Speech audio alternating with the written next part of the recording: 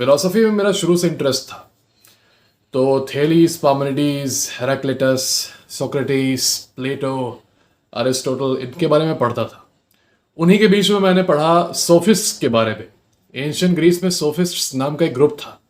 ये ग्रुप की खासियत ये थी कि इनसे जब इनके स्टूडेंट कुछ सवाल पूछते थे, अब इनको वो सवाल के जवाब ना मालूम हो तो वो ये नहीं बोलते थे कि मुझे मालूम नहीं है।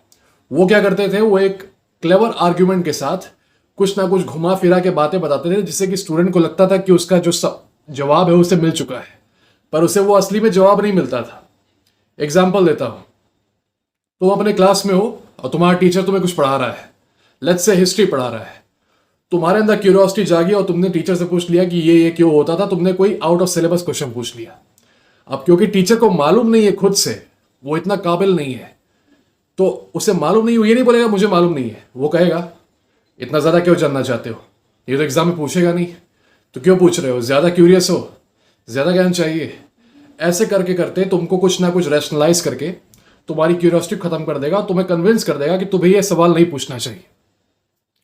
इसको कहते हैं सोफिस्ट्री। ये वर्ड ही आता है उन एंशिएंट ग्रीक फिलोसोफर्स से जिनको सोफिस्ट कहते थे। उनका ग्रुप इसी चीज के लिए जाना जाता था कि उन्हें अगर कुछ मालूम ना हो तो वो कुछ ना कुछ क्लेवर आर्ग्यूमेंट बना के, कुछ ना कुछ बातों को घुमा फिरा के तुम्हें उसका जवाब दे देते थे। अब सोफिस्ट्री रिलेशनशिप्स में बहुत ज्यादा पाई जा रही है और तुम लोग उसकी वजह से मैनिपुलेट बहुत हो रहे हो।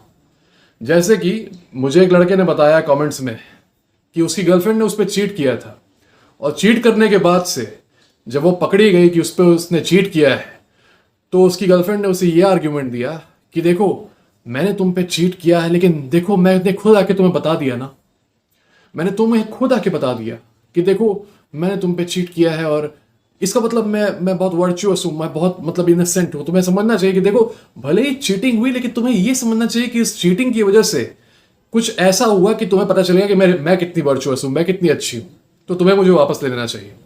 देखो हुआ कुछ बुरा, लेकिन उसको किसी ना किसी तरह से बातों में घुमा के अच्छा दिखाना, इसको कहते हैं सोफिस्ट्री। एक और एग्जांपल देता हूं। एक एक्टर है अमेरिका में, विल स्मिथ, ठीक है। उसकी वाइफ जेडा पिंकेट स्मिथ ने उसके ऊपर चीट किया उसकी खुद के बेटे की उम्र के आदमी से, ऑगस्ट एमिस से। और चीटिंग को उसने ऐसे बताया टॉक शो में, उसने ये नहीं बोला कि मैंने चीटिंग की थी उस आदमी के साथ, उसने कहा I got into an entanglement with August. तो मतलब उसने वर्ड प्ले ऐसा किया कि उसने ये ना बोल के कि I slept with that man, मैं सो गई उसके साथ, उसने ये बोला कि आई गॉट इनटू एन एंटांगलमेंट। थोड़ा बहुत वर्ड का प्ले करके अपने आप को इनोसेंट दिखा दिया। उसने ये भी बोला कि I was doing all this with him to heal him and I was also getting some healing. मतलब तुम उसके साथ जो भी कर रही थी वो एक तरह का हीलिंग था। तो ऐसे जब जनरल ऑडियंस सुनती है तो थोड़ा सा वो इमोशनल हो जाती है, थोड़ा सा वो बहक जाती है ये सारी चीजें सुन के, ठीक है। ये है वर्ड प्ले, यही है सोफिस्ट्री। ये बताना कि कुछ बुरा हो जाए पर वो बुरा जो है असल में अच्छे के लिए हुआ। उस चीटिंग के बाद से उसे पता चला कि वो दूसरा लड़का था, उसकी कोई वैल्यू नहीं थी, और उसे वो पुराना जो उसका हस्बैंड है वो अभी भी पसंद है। उससे ये रियलाइज हुआ। तो एक तरह से चीटिंग वाला जो इंसिडेंट था वो तो अच्छा हुआ ना, ये तुम्हें वो कन्विंस करेगी ये सारी बातें बोल के। एक और केस होता है जैसे कि सोफिस्ट्री का, कि मान लो तुम्हारी गर्लफ्रेंड तुम्हें टाइम नहीं दे रही है, मान लो तुमसे एक दिन में बस 5 मिनट बात कर रही है तुमसे, और तुम उससे कहते हो कि यार ये तो अनफेयर है कि तुम मुझसे बस 5 मिनट बात करती हो या फिर सिर्फ 10 मिनट बात करती हो, तुम्हें मुझे थोड़ा और टाइम देना चाहिए, एक दिन कम से कम 1 घंटा देना चाहिए कॉल पे। तो वो ये ना कहने की जगह कि या तो मैं तुमसे अट्रैक्टेड नहीं हूं, मैं किसी और से बात कर रही हूं, या फिर जो भी हो, क्योंकि कितने भी बिजी हो जाओ 1 घंटा तुम्हें मिलेगा बात करने का किसी से भी। वो ये कहने की जगह कि वो तुमसे अट्रैक्टेड नहीं है इसलिए तुमसे वो बात नहीं कर रही, वो ये कहेगी मेंटल जिम्नास्टिक करके कि ये चीज़ समझने की कोशिश करो कि हम लोगों को हर रोज बात करने की जरूरत नहीं है। हम लोग क्या रिलेशनशिप से बात करने से चलती है? रिलेशनशिप में दूरियां भी जरूरी है, रिलेशनशिप में ये भी जरूरी है कि हम लोग कुछ समय बात ना करें। इससे क्या होता है, नजदीकियां बढ़ती हैं। क्या तुम इतने ज्यादा इनसिक्योर हो कि मुझसे तुम कुछ दिन बात नहीं करोगे तो मुझसे दूर हो जाओगे? अगर ऐसा है तो दूर हो जाओ। अब उसने सोफिस्ट्री का इस्तेमाल करके, उसने क्लेवर आर्ग्यूमेंट्स का इस्तेमाल करके, विशी वॉशी इमोशनल चीजों का बात करके तुम्हें कन्विंस कर दिया। तुम खुद कन्विंस हो जाओगे, तुम ये नहीं सोचोगे कि दिस इज बुलशिट। तुम कहोगे ओहो सही बात है यार, इसने सही कहा, कि रिलेशनशिप में दूरियां ज़रूरी हैं, तभी ना कुछ बनेगा, कुछ अट्रैक्शन। तो शी मस्ट बी राइट। तो चलो मैं एक काम करता हूँ, मैं ऐसे ही झेलता रहता हूँ उस चीज़ को। और भी एग्जाम्पल्स हैं, जैसे कि एक एग्जाम्पल है कि तुम्हारी गर्लफ्रेंड मान लो अपने एक्स को मिस करने शुरू हो जाए, रिबाउंड में हो और एक्स को मिस कर रही है।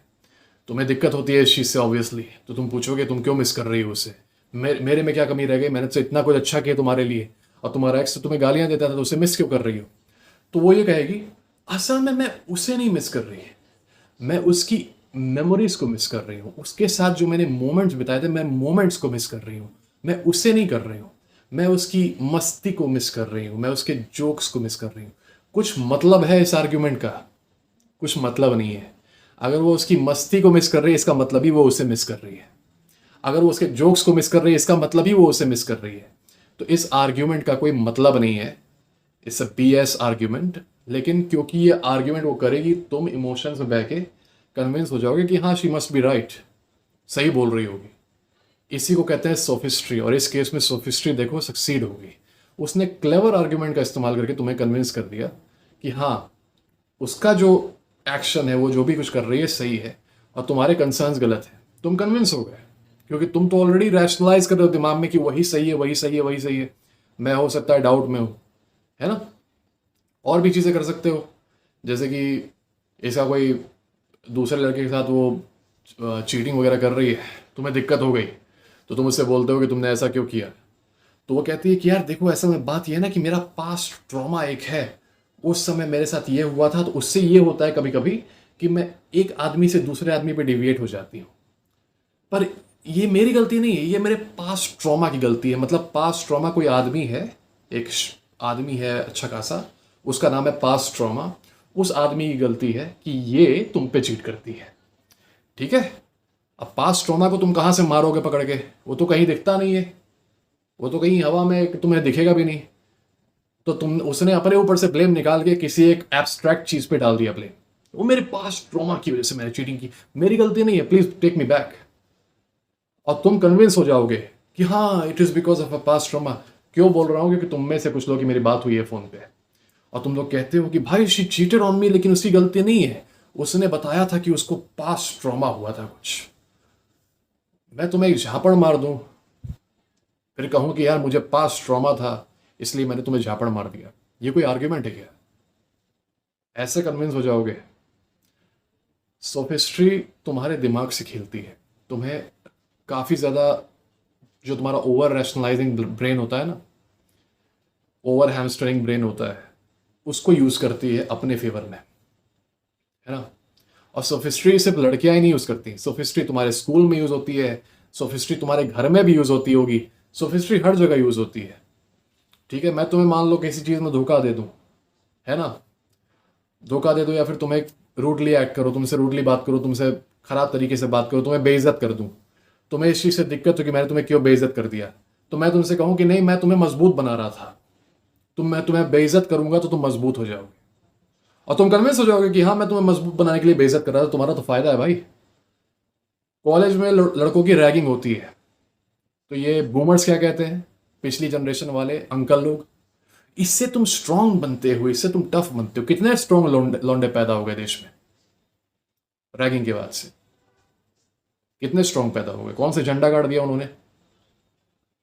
लेकिन ये तुम्हारे माइंड में सोफिस्ट्री वो करते रहेंगे, क्लेवर आर्ग्यूमेंट डालते रहेंगे, नहीं इससे तुम स्ट्रांग होगे। सच्चाई ये है कि उनकी औकात नहीं है कि तुम्हें वो बचा सके इस चीज़ से, और वो तुम्हें तुम्हारे हाल पे छोड़ देना चाहते हैं कि तुम्हारी कोई बुलिंग हो रही है, तुम्हारी रैगिंग हो रही है, तो तुम खुद से उस चीज़ से डील करो। They being your parents can't do anything. तो अपनी वीकनेस को छुपाने के लिए वो एक क्लेवर आर्ग्यूमेंट बनाते हैं कि नहीं नहीं बेटा ये अच्छी चीज़ है, अच्छी चीज़ है, झेलते रहो, there is no problem. School में बुली हो गए तो नहीं इससे मजबूत बनते हो भाई, बेटा तुम लात खाने से मजबूत बनते हो, कमजोरी तुम्हारी है, तुम कुछ नहीं कर सकते, पर तुम उसे छुपाने के लिए अपने बेटे को बता रहे हो कि मजबूत बनोगे, है ना। तुम फिर कुछ लोग ऐसे हैं जो ये कहते हैं कि यार अच्छा मेरे कहने पे तुम्हारे साथ ये बुरा हो गया, किस्मत में लिखा होगा, ये किस्मत किस्मत में लिखा होगा।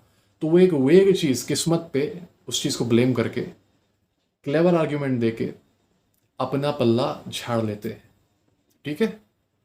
इसको कहते हैं सोफिस्ट्री। बेसिकली कुछ भी हो, मैं क्लेवर आर्ग्यूमेंट देके तुम्हें ये कन्विंस कर दूं कि तुम्हारे साथ जो गलत हुआ है वो असल में सही हुआ है, ठीक है, और तुम मोस्ट ऑफ द केसेस में कन्विंस हो जाते हो। सोफिस्ट्री इतनी अच्छी आर्ट है, चाहो तो तुम भी इसे यूज़ कर सकते हो दूसरों के खिलाफ।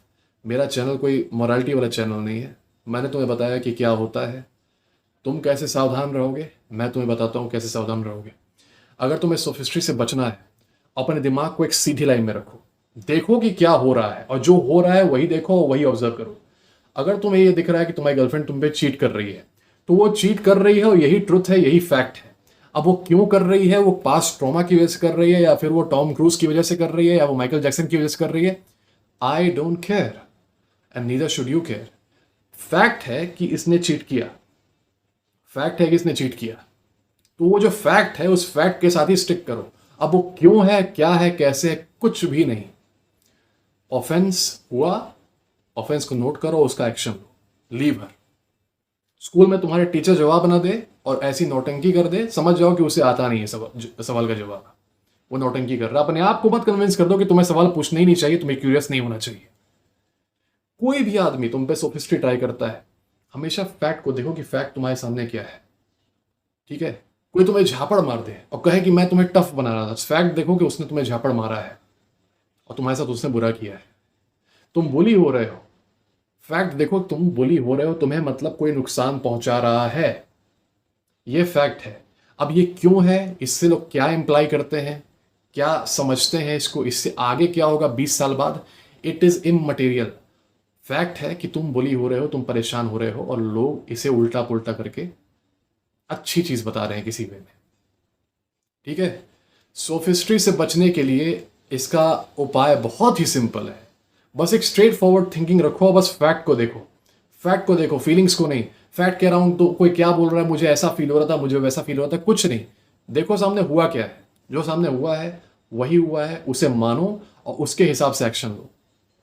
तुमको अगर सामने तुम्हारे दिख रहा है कि तुम्हारी गर्लफ्रेंड किसी और मेल फ्रेंड के साथ क्लोज हो रही है, आई डोंट केयर, उसकी यही आदत है, वो उसी बैकग्राउंड से आती है, वो बहुत ही फ्री सोसाइटी से आती है, वो फ्रेंड उसका सेवियर है, वो फ्रेंड उसका भाई की तरह है, वो फ्रेंड गे है, डजेंट मैटर। फैक्ट इज कि she is getting too close with another guy while being in a relationship with you.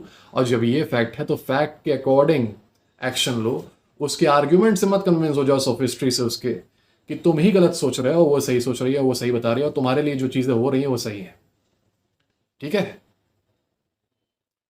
I hope तुम समझ रहे होगे मेरी बात। मैंने कोशिश की है कि मैं सोफिस्ट्री को अच्छे से एक्सप्लेन कर पाऊँ। जैसा कि मैंने बताया कि ये वर्ड ही आता है एंशियंट ग्रीस से, एक ग्रुप हुआ करता था सोफिस्ट्स का, और उनकी क्वालिटी यही थी कि उन्हें जब कुछ पता रहे या ना रहे, कुछ ना कुछ क्लेवर आर्ग्यूमेंट से वो सामने वाले को कन्विंस कर देते थे कि हाँ उन्हें जवाब मालूम है।